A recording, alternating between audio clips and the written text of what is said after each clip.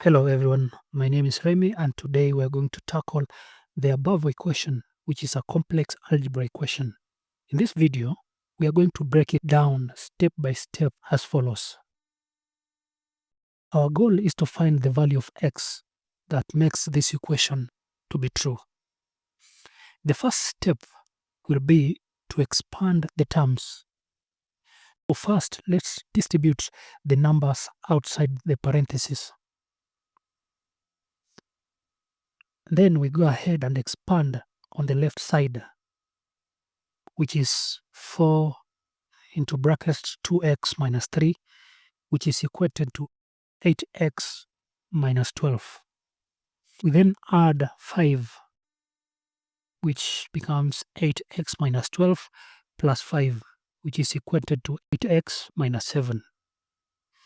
We then expand on the right side the equation 3 into x plus 7, which is equated to 3x plus 21. We then add 2x. So it will be 3x plus 21 plus 2x, which is equated to 5x plus 21. At this stage, we now bring the left side equation and we equate it to the right side equation and we simplify it. Now, our equation is simplified to 8x minus 7, which is equated to 5x plus 21. We then move x to one side.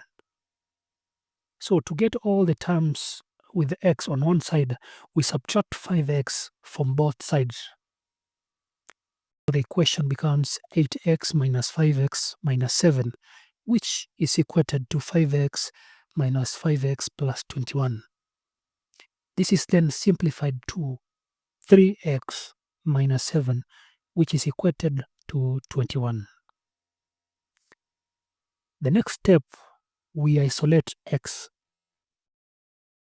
Now we add 7 on both sides to get rid of the negative 7.